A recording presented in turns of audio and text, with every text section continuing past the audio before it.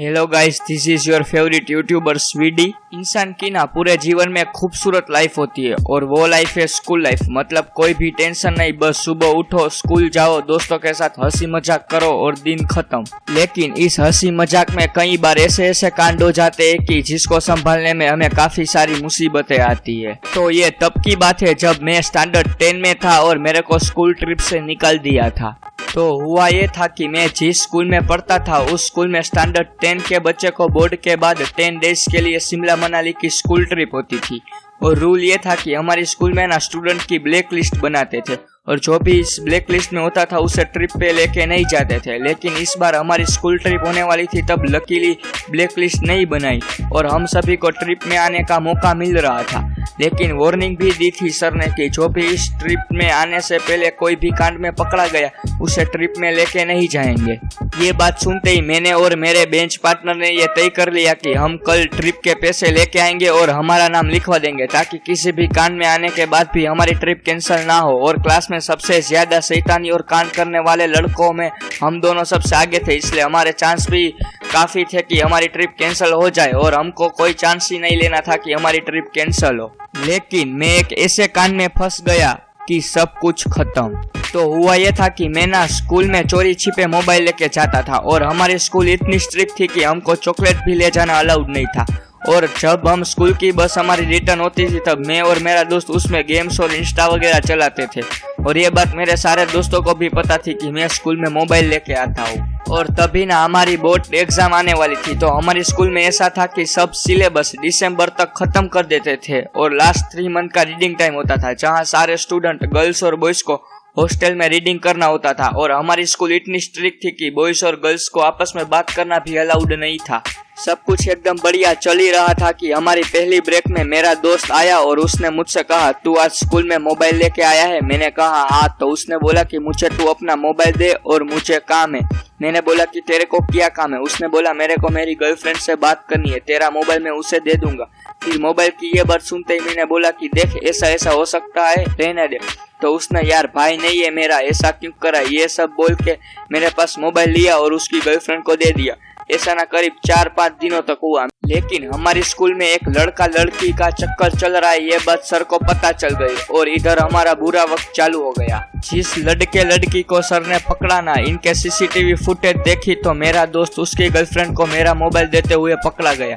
लेकिन पहले जो लड़का लड़की पकड़े गए थे उसके केस सोल्व करने में 2 दिन लग गए और तीसरा दिन संडे था। और इस संडे को हम इतने टेंशन में थे कि हमारे करोड़ों रुपए चले गए। और ये टेंशन इस बात का नहीं था कि हमें ट्रिप से निकाल देंगे, तो हमको इस बात का टेंशन था कि घर पे पता चलेगा तो क्या होगा। और जब मंडे को हम स्कूल गए तो लंच टाइम तक तो कुछ हुआ ही नहीं, सब नॉर्मल था। लेकिन जैसे ही आधा लंच खत्म हुआ तब हमारे प्यून हमारे पास आए और उसके हाथ में एक पर्ची थी जिसमें मेरा दोस्त और उसकी गर्लफ्रेंड का नाम लिखा हुआ था और उनको ऑफिस में बुलाया था। तब लास्ट लेक्चर चल रहा था और हमारे सर को फोन आया। जब फोन आया तभी मैंने मेरी बुक्स बंद कर दी थी, क्योंकि मेरे को पता चल गया था कि अब ऑफिस में जाने की बारी मेरी है। मैं डरते डरते ऑफिस में गया और सर एकदम गुस्से में थे। मैं जैसे ही अंदर आया तब मेरा मोबाइल सर के हाथ में था और उसने पूछा, ये मोबाइल तेरा है? मैंने कहा हाँ सर। तो उसने बोला, स्कूल में मोबाइल क्यों लाता है और ये सब करने के लिए तू स्कूल आता है, मोबाइल लाता है?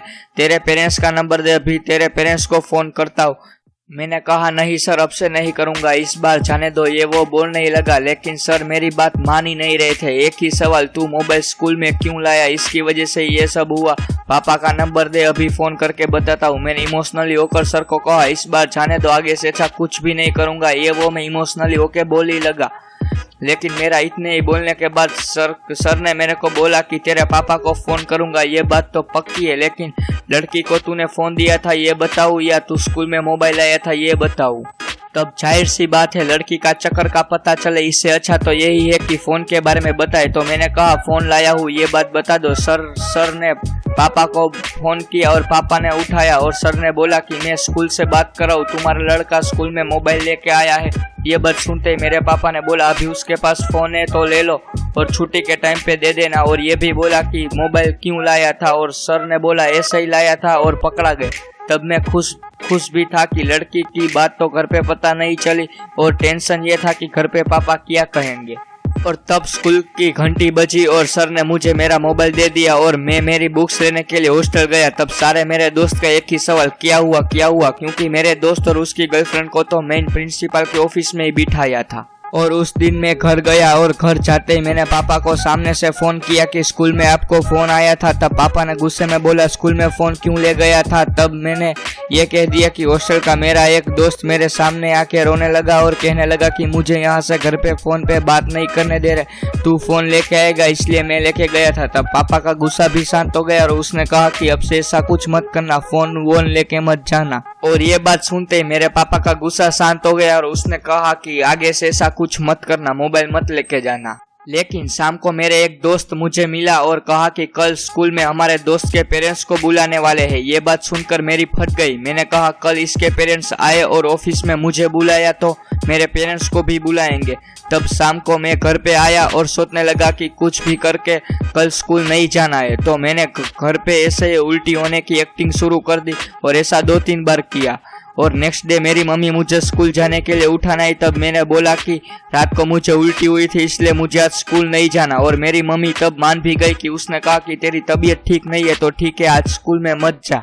लेकिन इस कांड के 3-4 दिन बाद ये नोटिस आई कि जो भी इस कांड में पकड़े गए उसे ट्रिप से कैंसिल निकाल दिया जाएगा और जिसने भी पैसे भरे हैं वो ट्रिप की रिसीप्ट लेके आए और उसके पैसे रिकवर कर ले। ये बात सुनकर मैं इतना टेंशन में आ गया कि अब घर पे क्या बोलूं कि मुझे ट्रिप से निकाल दिया है। ऐसे सोचते सोचते मैंने करीब 1 वीक निकाल दिया। तब भी ना एक मुझे आइडिया आया, तब ना कोरोना आया था, मतलब नया नया था, इतना फैला भी नहीं था, बट ये फैलने वाला था, ऐसा सब बोल रहे थे। तब मैंने घर पे ये बोला कि मेरी स्कूल ट्रिप में नहीं जाने वाला हूँ। मेरे दोस्त के पापा डॉक्टर है, उसने बोला कि अभी किधर घूमने बूमने मत जाओ, सेफ नहीं रहेगा, ये वो कह दिया। और पापा को बोला कि ट्रिप के पैसे की रिसिप्ट दे दो, कल पैसे रिफंड करवा लाऊंगा। और आज उस बात को 2 साल से भी ऊपर हो गया है और मेरे पेरेंट्स को अभी तक पता नहीं चला कि मेरे को स्कूल वालों ने ट्रिप से निकाल दिया था। तो इस वीडियो को इतना फैला दो कि मेरे पूरे खानदान को पता चल जाए कि मुझे पिकनिक से निकाल दिया था।